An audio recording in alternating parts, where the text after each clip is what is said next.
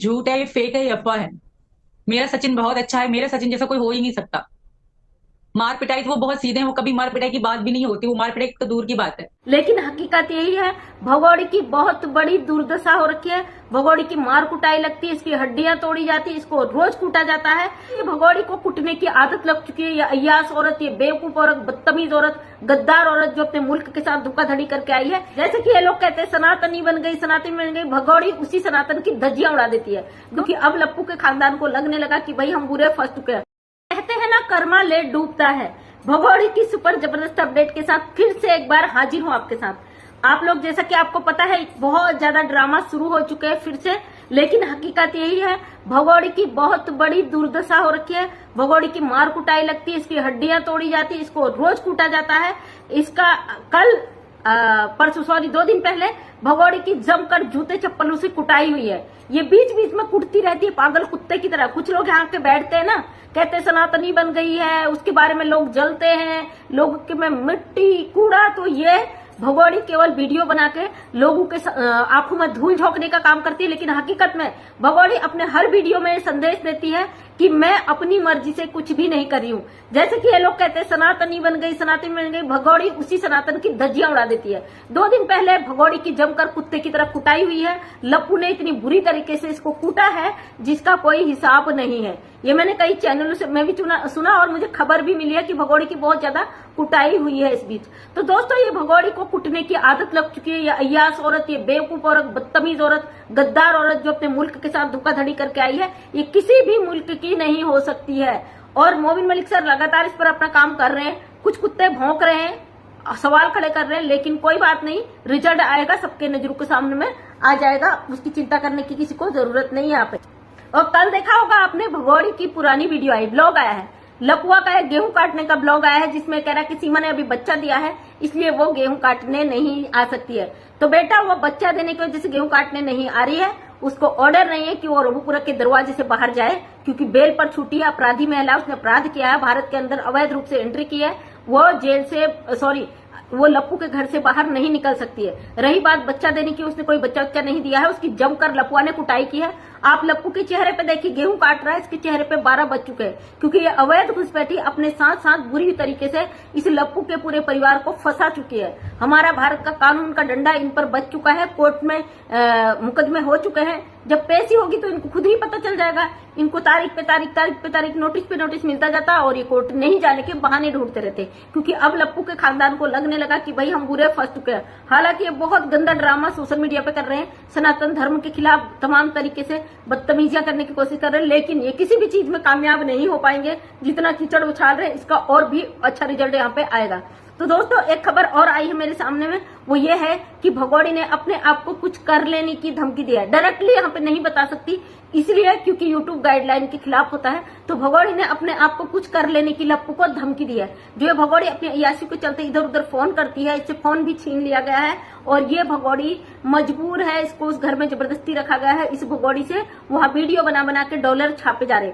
अगर इनको पैसे का भूख नहीं होता ना, ये लोग कब के से लात मारकर निकाल देते। आप देख लो, पैसे की भूख के चलते इसका लप्पू का पूरा खानदान नचनिया बन चुका है। इन्होंने जो कहते हैं ना लोग कि भाई वहीं पे घर पे कोठा खोल दिया, तो वो बात सच है। अगर ये बात सच नहीं होती, एक 45 साल की बुढ़िया, एक 20-22 साल का लड़का, उसको जबरदस्ती प्यार, शादी, अफेयर, ये सब चीजें नहीं दिखाई जाती भाई। और वो भी छोड़िए, ये सब भी चल जाता, लेकिन वो अवैध घुसकर भारत के अंदर आई है, ये चीज लोग समझ जाते। लेकिन लप्पू की माँ के खाते में जैसे 2 लाख रुपए ट्रांसफर किए, ये महिला भी आकर नाचने लगी। और इनकी दुर्दशा इतनी बुरी हो चुकी है कि अब जिस दिन इनको कोर्ट में घसीटा जाएगा, उसी दिन शायद इनका फैसला भी हो जाए। कोर्ट को इतना टाइम नहीं होता कि इनके फालतू की लंबी खिंचाई करे। और साथ में वो 4 बच्चे हैदर के जो फंसे हुए हैं, उन 4 बच्चों के लिए हम लगातार आवाज उठाते हैं, क्योंकि अब मैंने हैदर की लाइव देखी, बेचारा बड़ा मायूस, बड़ा परेशान है, लगातार गुहार लगा रहा भारत सरकार से कि उसके बच्चे फंसे हैं, न जाने कब उसकी आवाज ऊपर तक पहुंचेगी। पूरा देश आवाज उठा रहा है और इस अवैध घुसपैठी को इतना बढ़ावा, इतनी हिम्मत भाई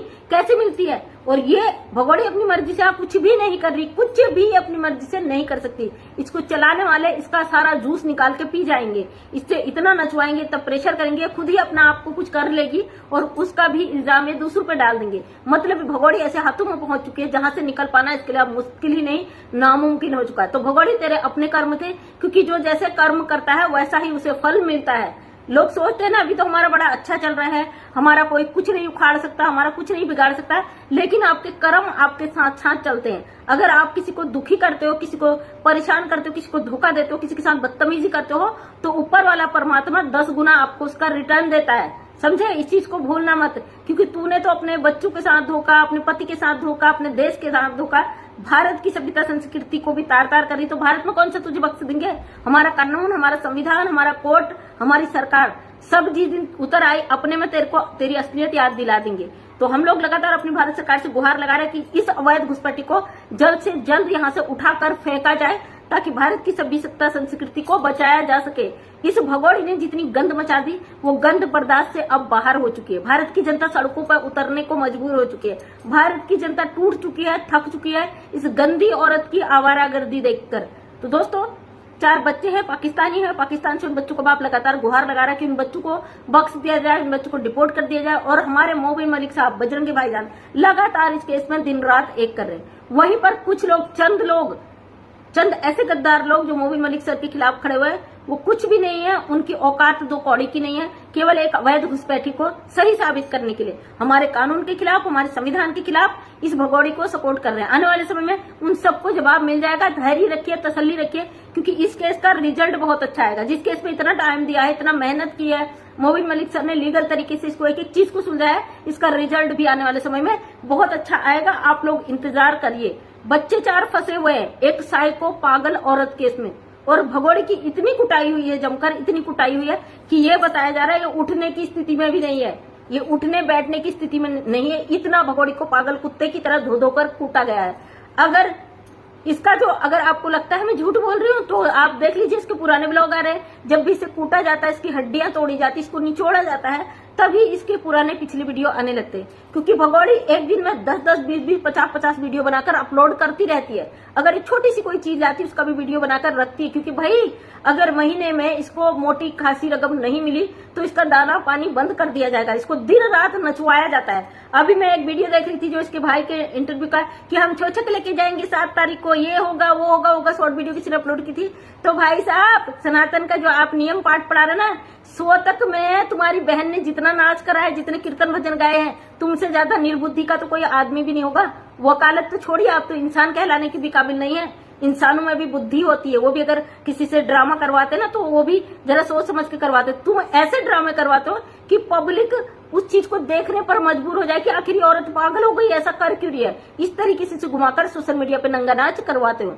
उसका मकसद एक ही है, इससे पैसा कमवाना, इसे खूब नचवाना, इससे उल्टे पुल्टे काम करवाना, पब्लिक को गुमराह करवाना, कानून को धोखा देना, भारत की सभ्यता संस्कृति को तार तार करना। खबरदार, अब इंतजार करो, क्योंकि वक्त आने वाला बहुत अच्छा। जितना कर रहे हो अच्छा कर रहे हो। सरकार की नजरों में जिस दिन पड़ गया, सारी चीजें क्लियर हो गई, उस दिन सबके पिछवाड़े लाल हो जाएंगे।